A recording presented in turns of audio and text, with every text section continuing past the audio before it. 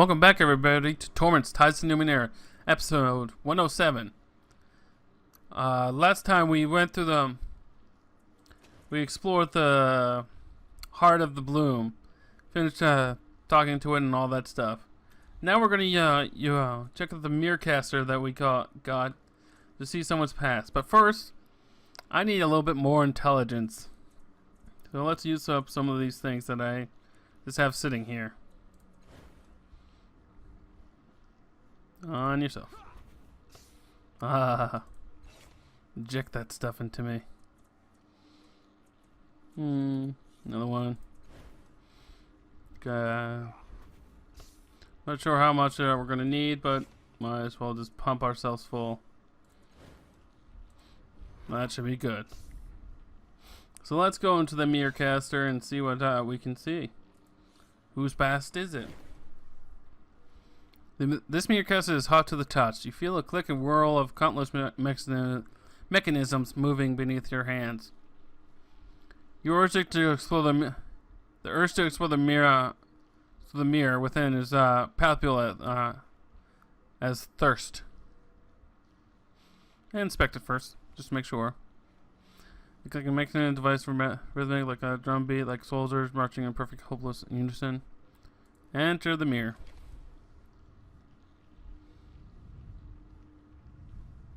Alright. Interesting. Well, you look healthy. As your consciousness coalesces, you find yourself in an underground bunker with the shaking from an attack far above. You stand mid-salute in the front of the castle encased in an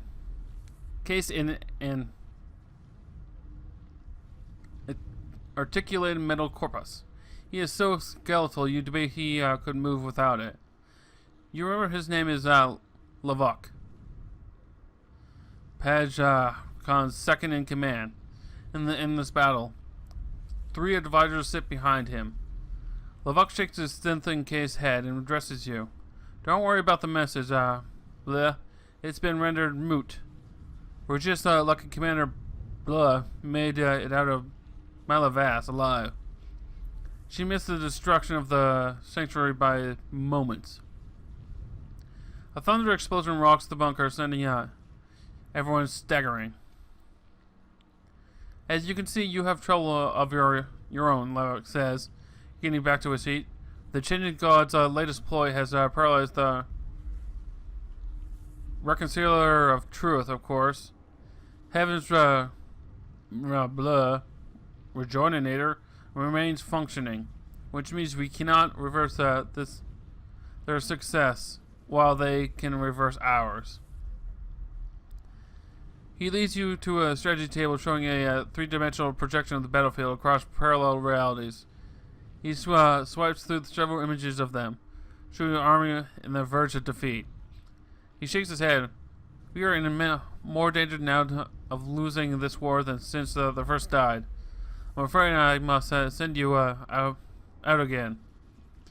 Blah. You must save the reconciler.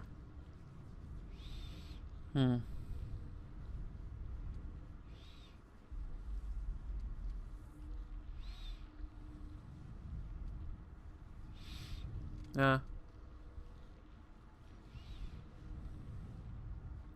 How did the massacre of Malavas massacre happen? How did the shields come down? I don't know. Maybe the sorrow finally grew strong enough to smash through. Maybe there was a traitor. I've heard nothing. Where are the reconciler of truth and heaven's vengeance? He laughs. Again, huh? It's one of the hundreds of dancing so often through realities and times is that it plays hell with memory. Not to worry, I'll explain it once more. Centuries ago, when the first Seal lived, she found the reconciler machine of the ancients, which allowed the users to look at multiple versions of a recent event and lock reality into the one that they like best. Make it the only reality. With it, she began choosing realities in which we had won more battles than we had lost, and quickly drove the changing god to the brink of defeat. Until that is, he acquired the his own machine, Heaven's Rejoinder, which can undo the reconciled reality to make its own. Since then, our war has become one of fate and counterfeit, or of competing, collapsing realities, where no battle is ever entirely won or completely lost, and where both sides look always for a final advantage. He sighs and looks at the table where one by one the multiple battlefields are beginning to wink out, narrowing down to one. And it seems as if the changing God's general may have found his advantage at last. With the reconciled sabotage and Heaven's Rejoinder well defeated, we may never turn the tide. I'm ready to serve. Excellent. He says, Levick, and turns to his advisors. I'll cast off unanimous. Friends that are what are your suggestions? How do we undo what has been done to the reconciler without using the reconciler? The scarred female cast in red armor speaks up. I recommend an all-out assault on this position of Heaven's Rejoinder. This will of course fail, but it will give out cover for Ursula to sleep through the pass of the whiteness and reach the Rejoinder from behind. There she can reset it, then destroy it. She pounds the table. Then we will be the only side who can change history.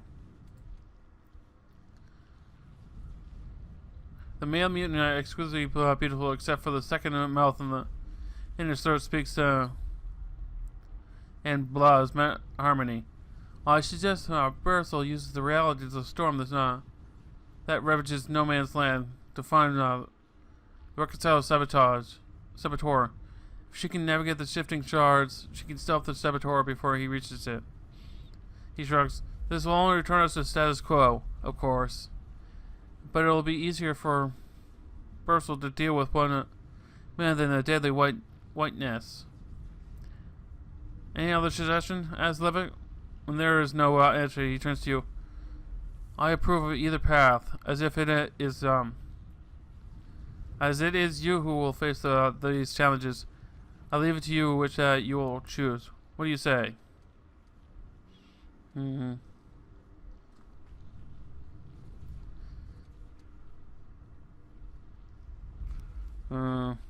we work the witness. The witness says, Levick, are the catacombs where the children breeds his war moths.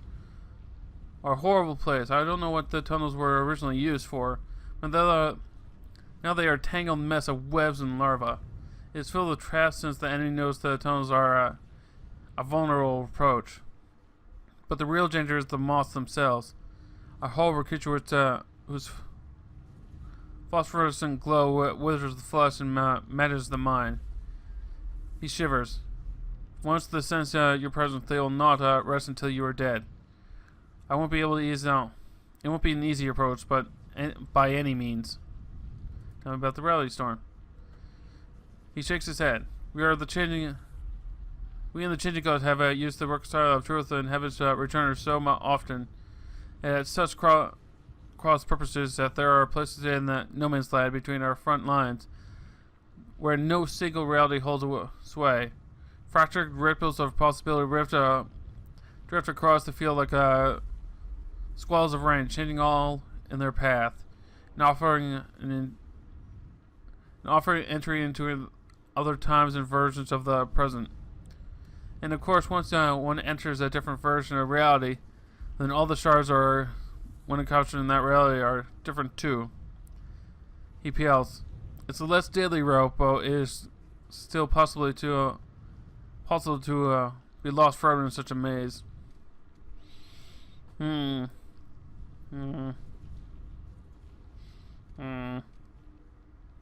think it's better to try to end the war. Nods and looks to the others. Any objection to the Blood's choice? The cast offs with 2 mild shrugs. If she is brave enough to face the moss, then we are brave enough to commit our troops. And with luck, says the cast off in red armor. When she was successful Rosette, reset the rejoinder, the battle will not have happened at all, and our troops will be safe. Very well, says Levick, standing. They make our preparation. When you're ready, we'll begin. 2 days and 2 long marches later, you and Bla's army are 50 kilometers inside the chain of God's territory.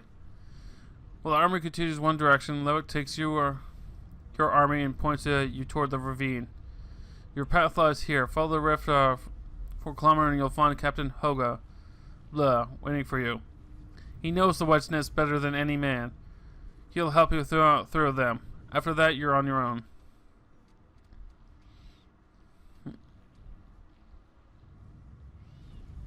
Yeah, let's be a good person. As well as he turns away. That's the spirit, Blah. Thank you. You enter the ravine and it leads you away from the fighting, getting deeper as it goes. Finally, at a point so narrow the walls almost shut out the sky. A man leading 2 Leela hounds steps out of a cave and cracks a smile. The skinny small man has dark brown eyes. They look friendly. They seem to say to him Blood sockets on their impression encouraged by his prominent nose and wide smile.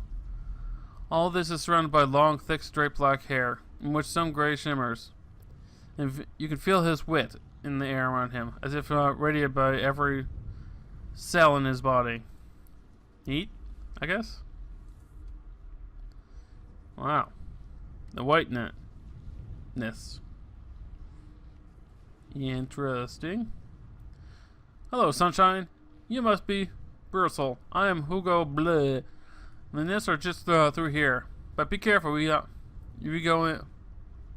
But before we go in, let me tell you what we're up against. He removes a hand-drawn map. The tunnels are mined at every intersection, sometimes with detonation ciphers, sometimes plain old explosives. My dogs here can eat energy blasts, but they'll die in regular mines, like we all. So it's best to check what we're walking into. Trouble is, the longer we're in here, the more likely the moths are going to find us. So if we take too many wrong turns, we're in for trouble.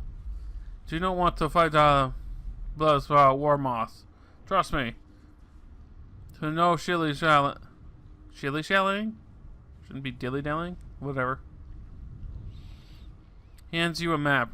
Right, in we go. Okay. Interesting. Continue. The cave narrows as you enter, and then winds again at the stone wall, with a man-high crack in it. Rose lets his dogs go through first, then turns sideways and edges through after them. You do the same and find yourself in an L-shaped tunnel covered in moth and silk and bones. The stench of the place makes your eyes water. Pointing to the map, your guide shows you that you're in the southwest corner of the tunnel, which leads away into the darkness to the west and north. Which way, sister? Asked I. Igrish? Alright, so we're here. Right here. So we obviously want to go north, because that's moth territory.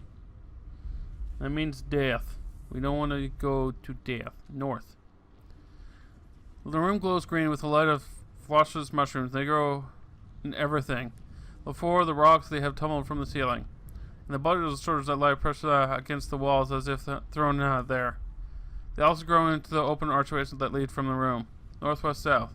Some are hidden among the mushrooms as a trap, but you can't tell what kind of without testing. Determine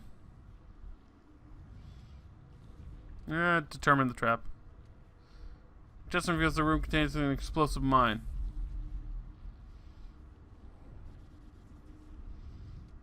Defuse it. The explosive has been defused. The room is clear. You can go northwest or south. We want to go west. West. The room is towering, echoes space with a vaulted ceiling, almost lost in the darkness above you. Gray marks arise like gem pieces in the checkered floor. All are webbed in moss silk. There are exits in all the four walls, north, south, east, and that blah blah blah. You know there is a trap hidden among the graves, but without testing you can't tell what kind. Determine. One contains explosive mine, defuse. Alright. Now here's the important question. Which direction do I go from here? If there's a death trap, definitely don't want to go there. Not sure what these two do. I don't think there is anything. Not sure. My gut says to go up here. Because there's webbing here.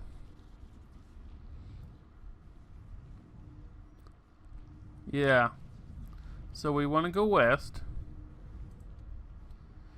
Nothing but an anti-hot four-way entrance section, blah blah blah. You can tell which kind, determine which type of trap for. And the section contains energy ciphers. We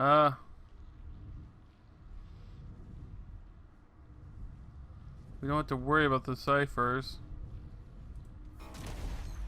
Your hands eat the ciphers energy, rendering that harmless, not scathed. The thick cloud of dust, but the instruction is clear. You can now go for so. Now here's the where it gets difficult. Which direction do I go? This looks like an encampment of troops. Or is this a trap, maybe? Huh. It's hard to tell.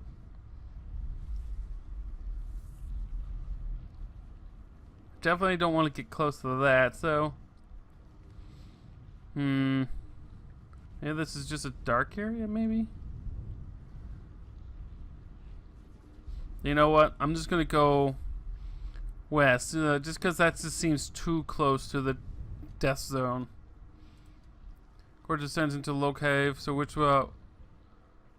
thick with stalactites and stalagmites that you feel like you're looking out into the teeth of some great beast who could swallow you whole. Through the jagged gloom, you can see there are ways into the cave north, east, and south. But you can't see the trap that the enemy lays here.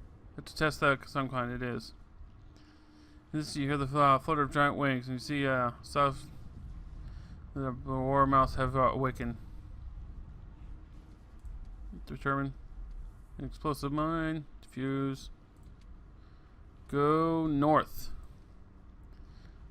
No, this room is a hip deep in moss silk, a thick swamp of you hear the rustling and out of skeletal human arms and hands protrude like branches of dead hedge. Beyond the swamp that you saw has 3 exits. Although you can't tell what sort of trap. Ah, shit.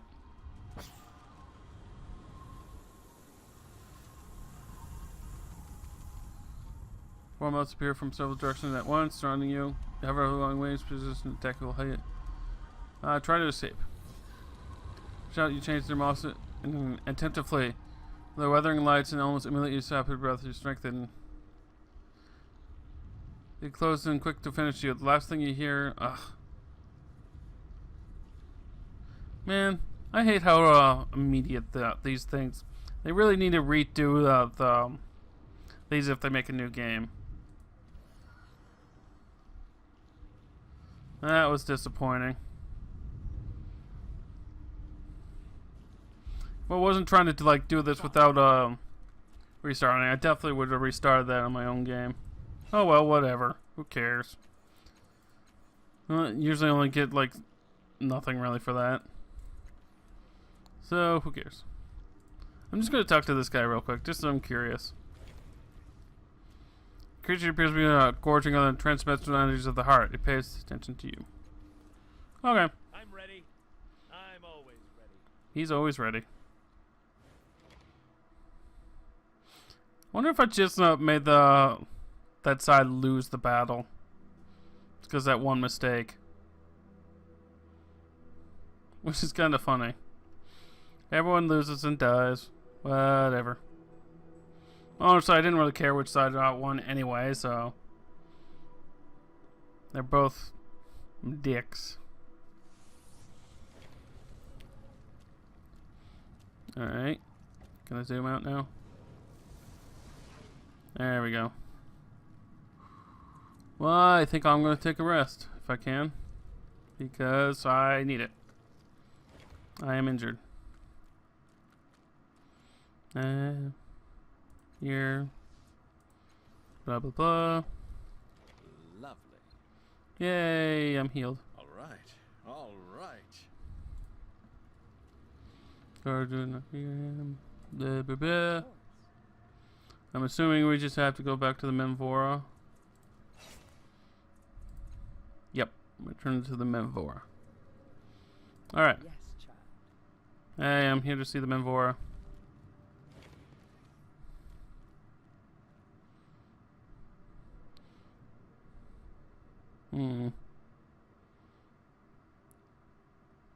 As I mentioned, blah blah blah. So his story was true. She looks at you up and down with new admiration. I admit, I didn't expect you to see either of you alive again. Yes, he's safe, and the Memvora is expecting you. She will see you whenever you're ready. She gives you a suspicious glance to other guards and sees you to a low tone. You should know that Memvora seemed angry that you succeeded. She shakes her head. I don't understand it either. I've seen her like this before. My advice, take care of the unfinished business you have before you go see her. That's assuming you have to see her, of course. So this is where the cutoff point is for things I can do in this area.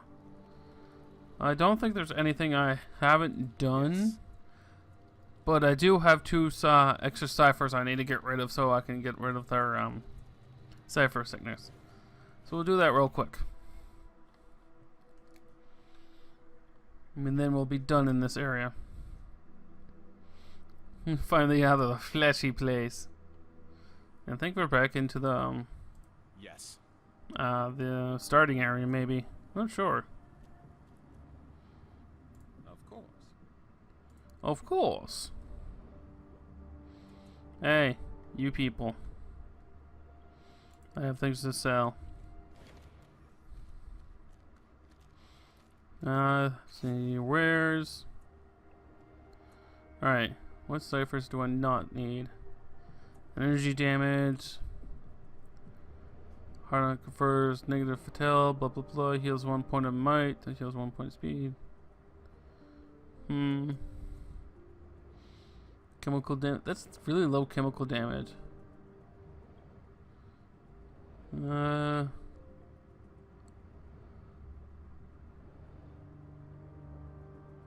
I don't really care about this one, so I'll sell this. And you need to get rid of one. Energy damage.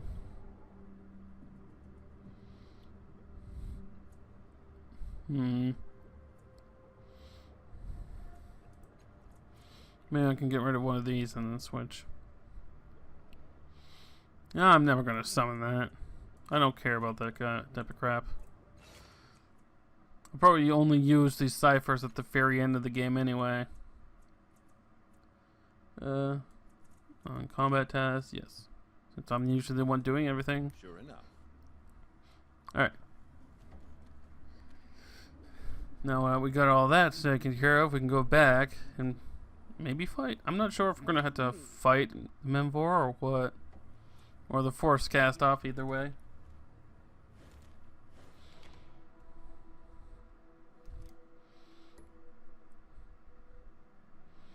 I'm gonna go talk to her, find out what's going on. I'm ready. I'm always ready. And actually, now that I think about it, I'm actually gonna end it here. And next time, we're gonna go in here and talk to the first cast off. Won't that be fun? So until next time, remember, embrace the chaos or you'll go mad. Bye.